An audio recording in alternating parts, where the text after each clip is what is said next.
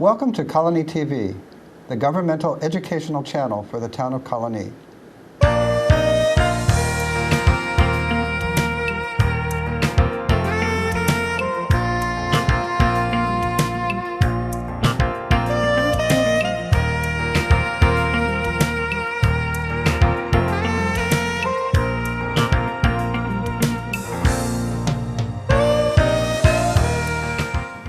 Hello and welcome to Focus on Health. I'm your host, Peggy Mello. Today's guests are Constance Bramer, breast cancer survivor, and Michele Mack with the American Cancer Society. Welcome to the show, ladies. Thank you. Michele, do you want to start by talking about what you do for the American Cancer Society? Sure. I work for the American Cancer Society. I am the senior director there, and I work with different fundraising events with the American Cancer Society.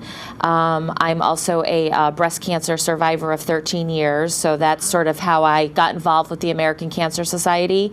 I started by being a volunteer, and then after being a volunteer for a couple years, I started working for them as a full-time staff person. So, you know, for me, it's been very rewarding to sort of give back to other folks who are going through this journey. And it's just exciting to meet all the people that I do and really, you know, dig sort of deep into the community and really raise the awareness and the dollars that we need to fight this disease. And rewarding, I'm imagining, yes, as well. Very, very. So let's talk about how common breast cancer is among the cancers. So breast cancer is the leading cause of cancer death in women, second to lung cancer. So, you know, when I hear that and when I think of that, you know, I say to myself, there still is a lot of work to be done. We still have to get out there and raise awareness. We still have to do things like this so that we can let people know, you know, what services are out there, yeah, how they can, you know, find their cancer early, detect it early, live longer, and things like that. Well, I have to say that after seeing Connie talk at the library, I went and got my mammogram. Great. Just want to let you know. All right. Now, a little bit more about numbers. 12% of women in the United States will develop invasive breast cancer during their lifetime. In 2012, 226,870 new cases will be diagnosed in women.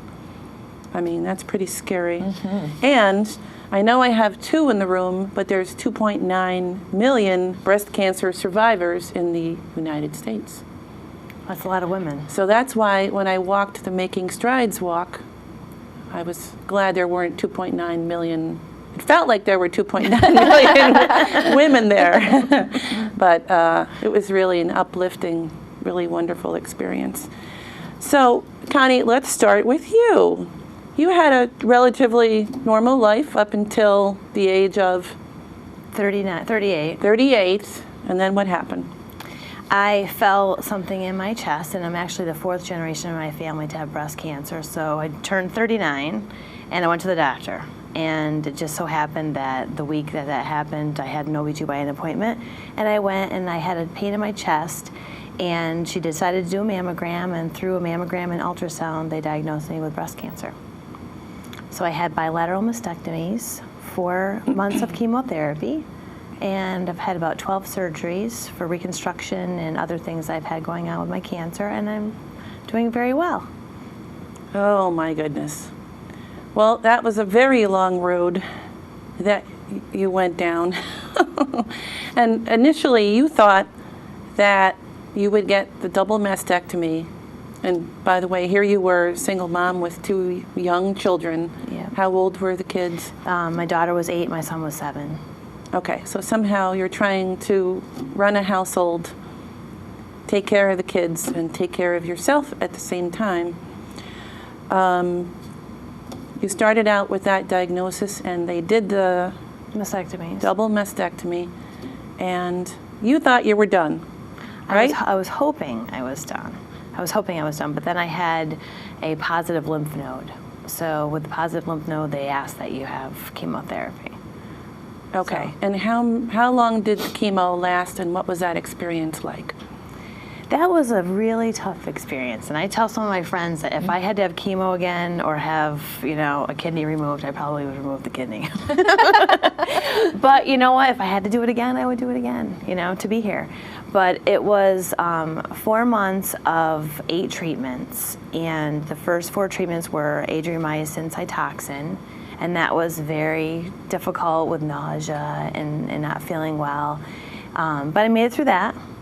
My daughter used to call it the yucky stuff, so after I had one, she'd say, Mom, you have 3 more of the yucky stuff. So I thought if she could look at it like that, that's how I needed to look at it.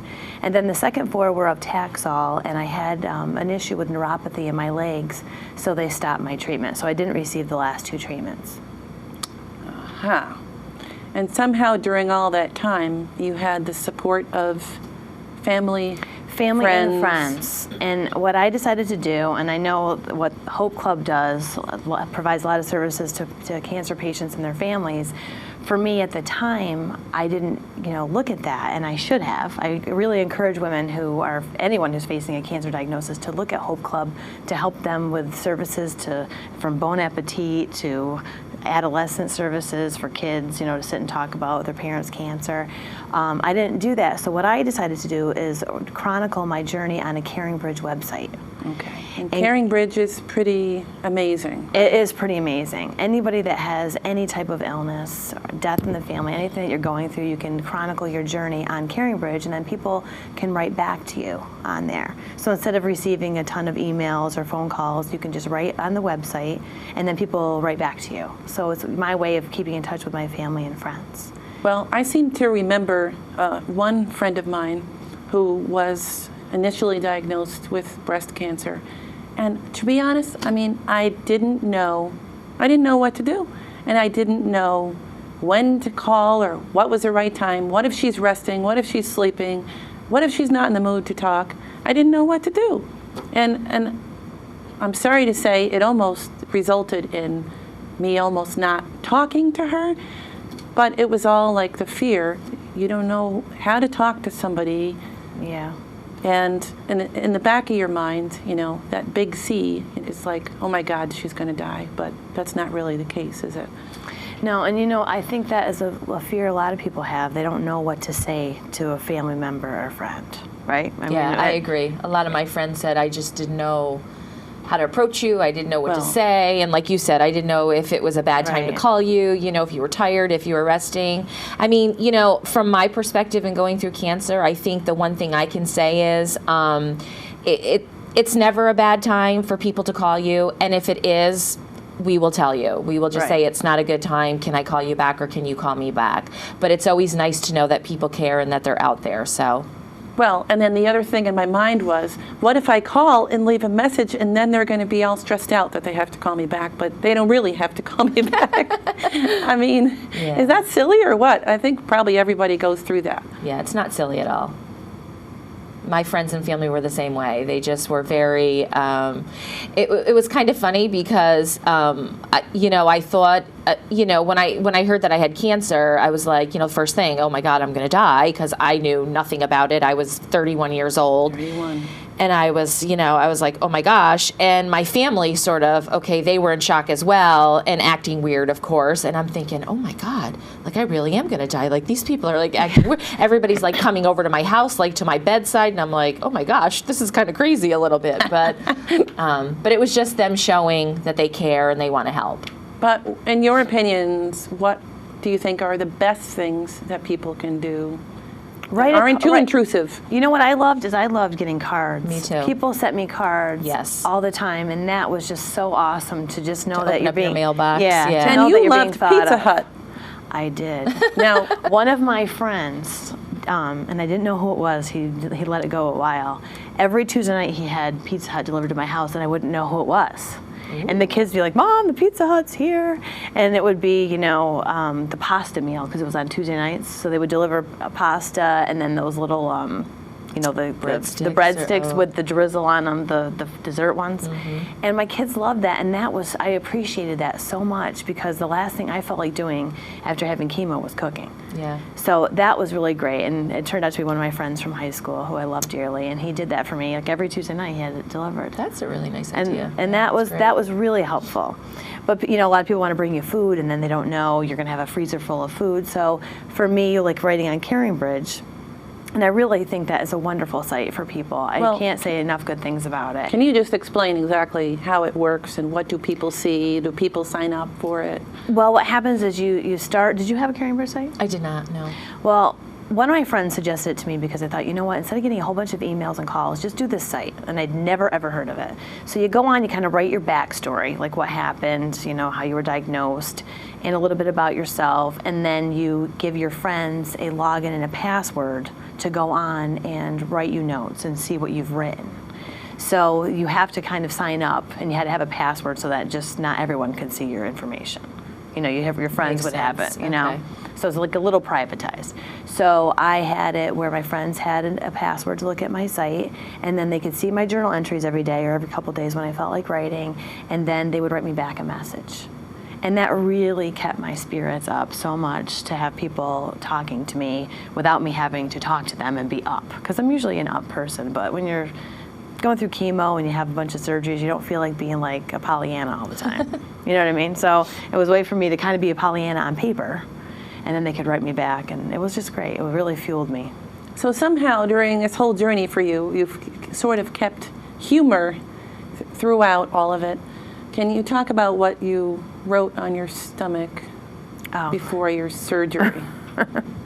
One of my surgeries, when I had to have the port put in my chest for my chemotherapy, and I had to have a bunch of lymph nodes removed from my arm, I had two friends with me, and I had to stay in the hospital a little while because another person kind of trumped my surgery, which ironically enough was someone I went to high school with. So I just laid in bed with all my happy juice in me for a little bit, and my doctor came in to mark me up for the surgery, and he left the marker in the room, and I was a little too loopy, and I let my friends write on my stomach, and they wrote, "We love doctor," and then my doctor's name. And then as they wheeled me into surgery and my gown opens up to do the surgery, all the nurses just were totally cracking up, laughing about it, and it stayed on me for 2 weeks.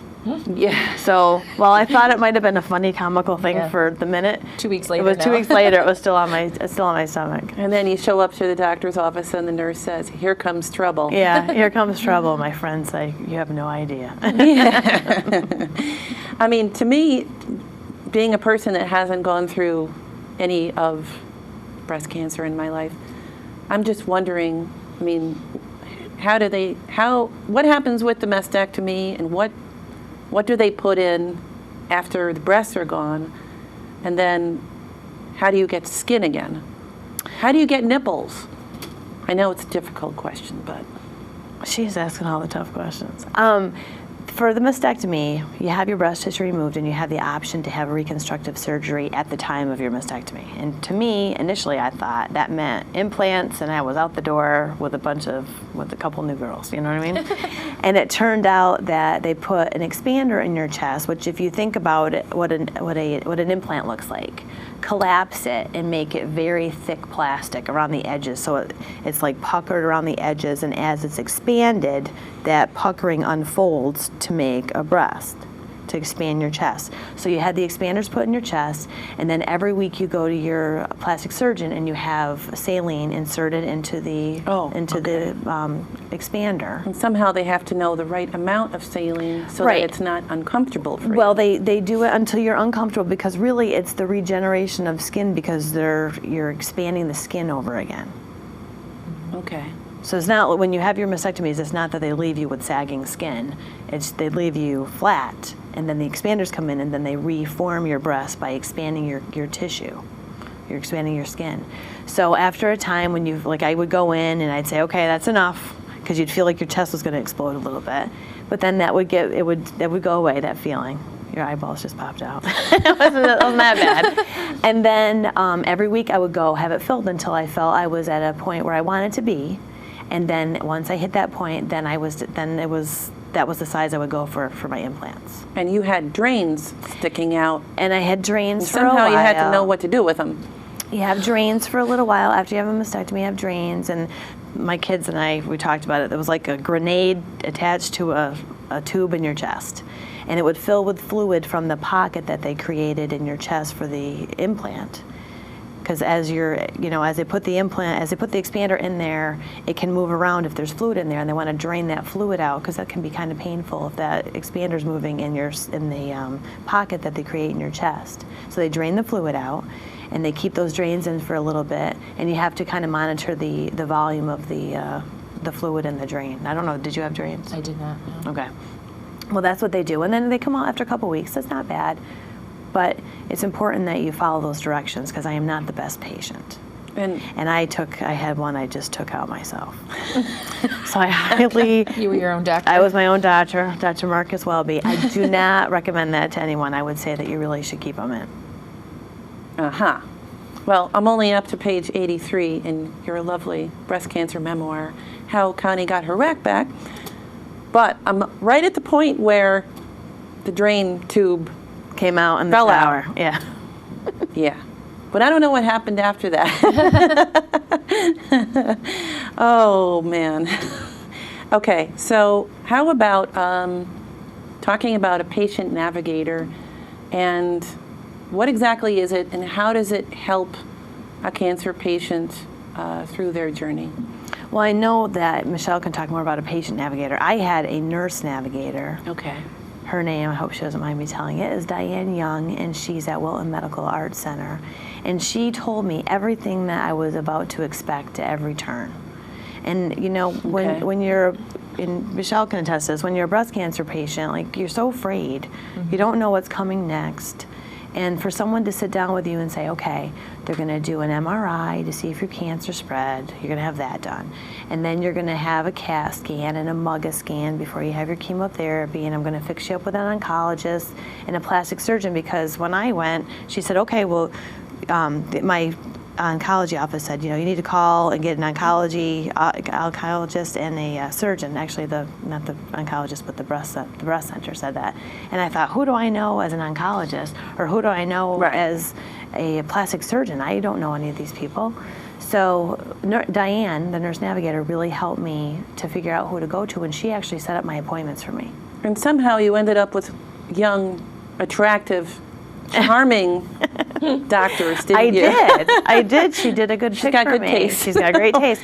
But you know what? I would never have known who to go to. Mm-hmm. And she just went ahead and made those appointments for me. So it kind of took that worry off my plate. And I just can't tell you what a lifesaver that woman is in my life. And I understand that doctors are fabulous, but sometimes they're not really that thorough when they're explaining things, telling you what to expect.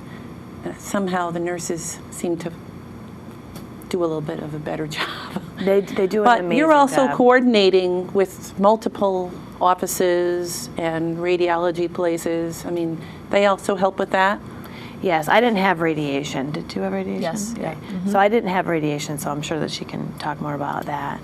But Michele can talk about patient navigators, because you have patient navigators at... The American Cancer Society has what we call patient navigators, and they're a combination of actual staff and volunteers. So we train folks who want to be patient navigators for us. So we have a combination, like I said, of both full-time staff and volunteers. And what they do is they are located in certain healthcare systems in the capital region.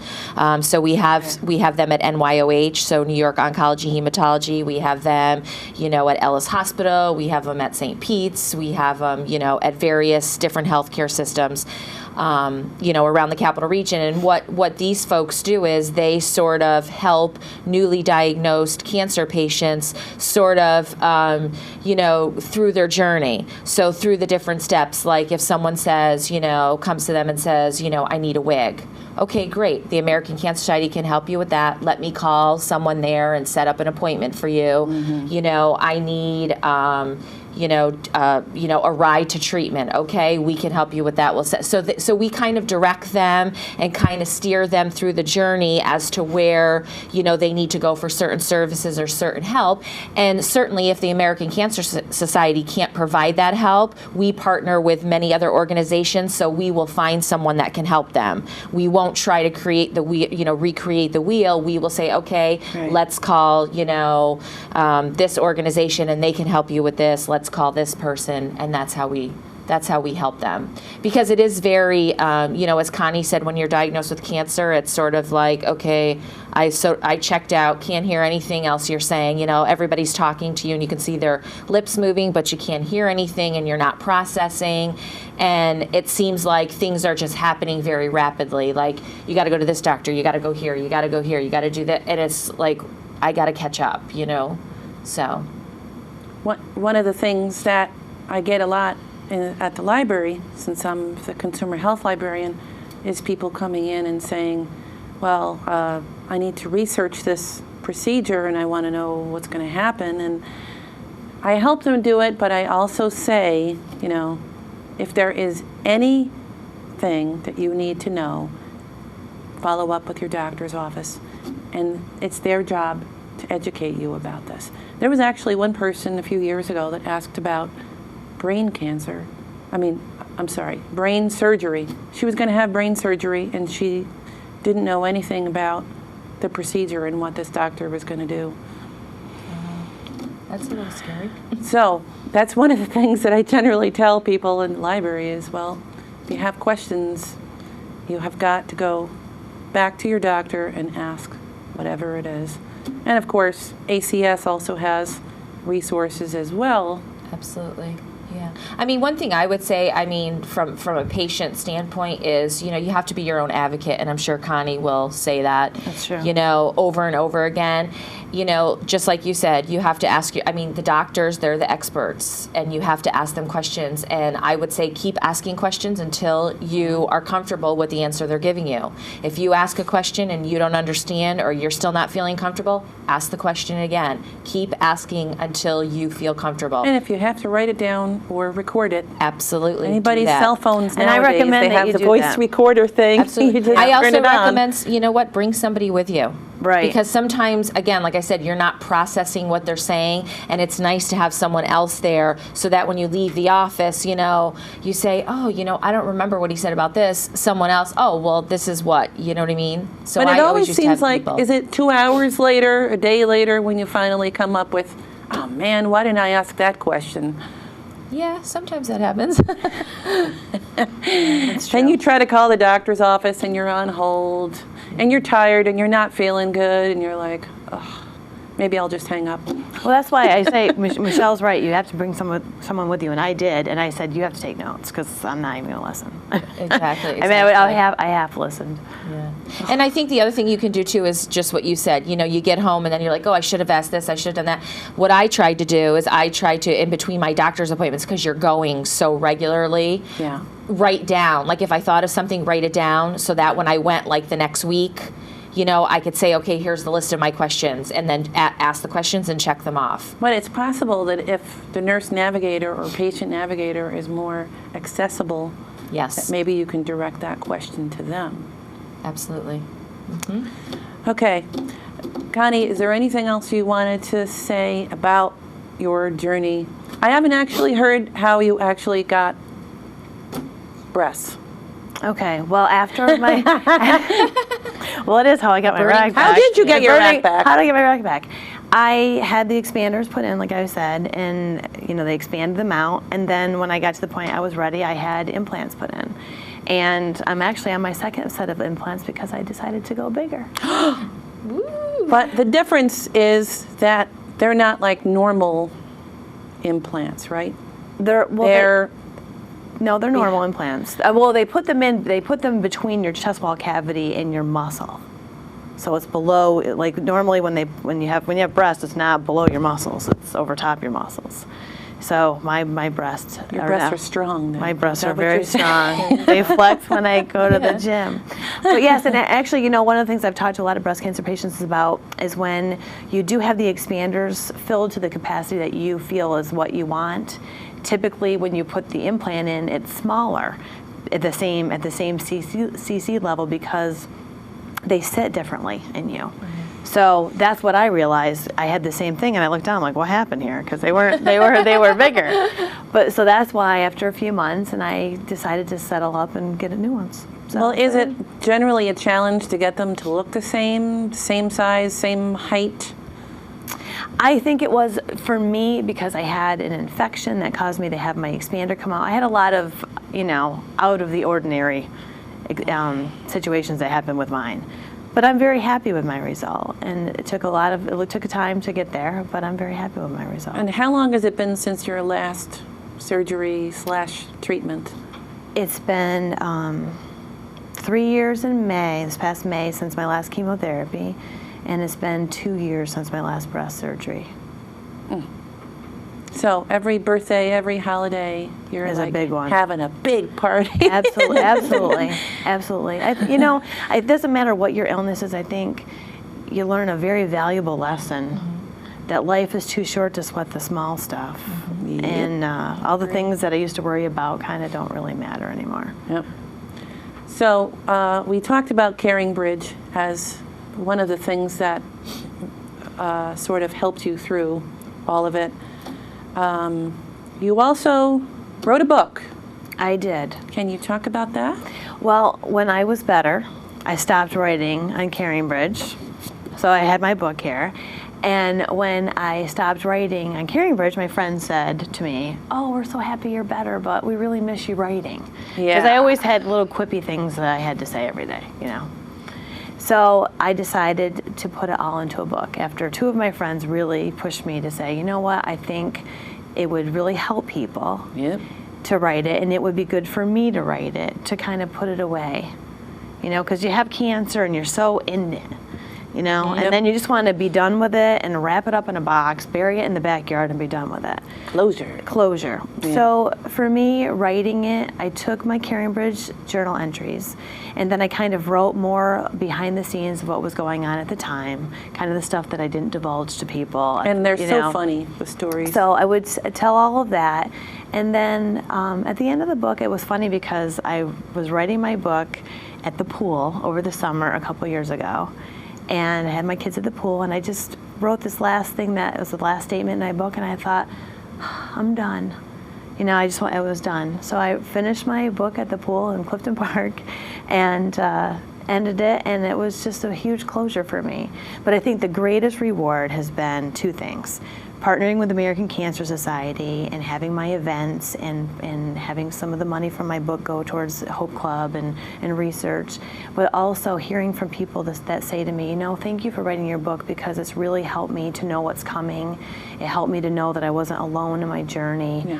and I understand, you know, that what I'm feeling is normal. Yep. I think that's been a huge part of it. Can you talk a little bit more about event? What exactly do you do? Well, I had an event in May. It was the very first, our first annual Get Your Rack Back event to go along with the name of my book. And I had it at Franklin's Tower Restaurant in Albany, and we had a great time. We raised about $4,500 for the American Cancer Society. Oh, okay. We had lots of people that came and donated items for our silent auction items. Silent auctions. Which was great. And we had a band, and I'm going to do it again there next year, just deciding on the date right now. And that was just it was kind of like my book launch party, but it was important for me to do it every year.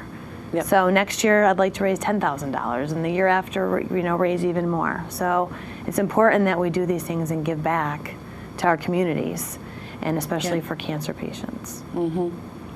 Okay, so now we get to talk about local and national resources for cancer patients. We could actually spend half an hour on this, couldn't we? Why don't we start with Michele, Hope Club that used to be Gilda's Club. Right. So over 2 years ago, we merged with the American Cancer Society, merged with Gilda's Club, just locally here in the Capital Region. So now it's called the American Cancer Society's Hope Club.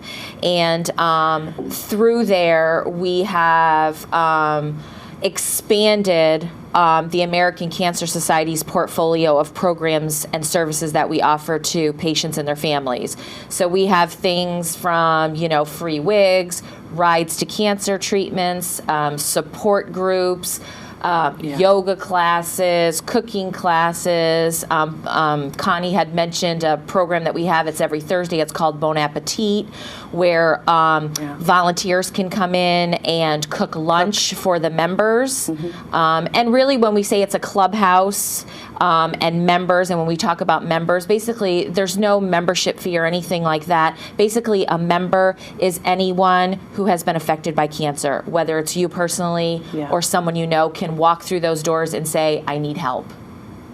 And I got a chance to look at the calendar of events for Hope Club for just 1 month. Yes. And I just could not believe the number of things that were going on in that place. Yeah. So the location is Penny Lane in Latham. So if everybody knows where. Right. Right off of Wade the Road. New Chipotle and DeBella's Subs. We're right behind Right there. behind it. And the phone number to contact the Albany American Cancer Society and Hope Club is 220-6901. Yes. There's also the Making Strides walk once a year. Yep, happens in October. MakingStridesWalk.org. And How raised exciting of a thing that is. Yes. Raised over $1 million. We raised over $1 million just this past October and had about 15,000 people there. And out of those 15,000 people, over 500 of them were breast cancer survivors. So it's just an awesome day. I think I cheated on the walk. I don't know if we had cheated. to go around twice. You had to go around twice. I only went once. You cheated. I'm sorry. That's okay. Confessions. We don't have the walk police out. It's okay. And I think as a survivor, when we go to those things, it's just amazing to see the outpouring of support and the teams, like all the team names and How it they're was dressed and everything, yeah. It's just, it's incredible. It's really emotional to go to those. Very emotional. Yep. Okay, the National Cancer Information Center. So anyone can call. Yep. Anyone can call the American questions. Cancer Society 24 hours a day, 7 days a week, 365 days a year, and ask any kind of question. And then if they need something local, they will refer them back to our office, and we will then call them. But if it's just a specific question they have, they can call our 800 number. So it's 1-800-227-2345. Correct. And then the To Life organization, that's local, right? Now, what exactly do they do? Yeah, I don't know too much about what, unfortunately, I don't know too much about what they do, but I'm sure Connie can. To Life provides support groups. They do Okay. events, I think a couple Saturdays a month they have events, or at least one Saturday. And last month, which was amazing, they had an event for cancer survivors and their families and their caregivers that they wanted to come. And we learned about some meditation techniques and thought therapy and aromatherapy. It was very interesting. They have the Pink Ball, which raises money for To Life and for services. Okay. They provide wigs. That's where I bought my wig. Oh. And they were so amazing to me to fit me with my wig, and they took time and they understand, because when you go get fitted for a wig for an illness, it's not fun like you're going to a Halloween show. So they really do a great job helping with that, and they partner with the Wally Wilmot Radiation Center in Saratoga and provide a support group that meets every third Tuesday of the month there. Okay. So that's tolife.org, 439-5975. And then there's the local organization CRAB, C-R-A-A-B, crab.org, 435-1055. They do a lot of programs educating people, right? Yes, they like do. what are the ingredients in cosmetics that may cause A lot of cancer? And CRAB is Capital Region Action Against Breast Cancer. So many resources out there. Okay, your contact information? Is getyourrackback.com, or you can email me at getyourrackback@yahoo.com. Okay. Do you want to list contact information for you? Sure. You can reach me at my email, which is Michele with 1L.Mack, M-A-C-K @cancer.org, or you can call our local number, or you can call me directly at 220-6932. Okay. Thank you, ladies, so much Thank you. for coming in. You survived. 30 minutes. Spoiler on TV. alert. All right. Thanks for watching. Hope to see you next time on Focus on Health.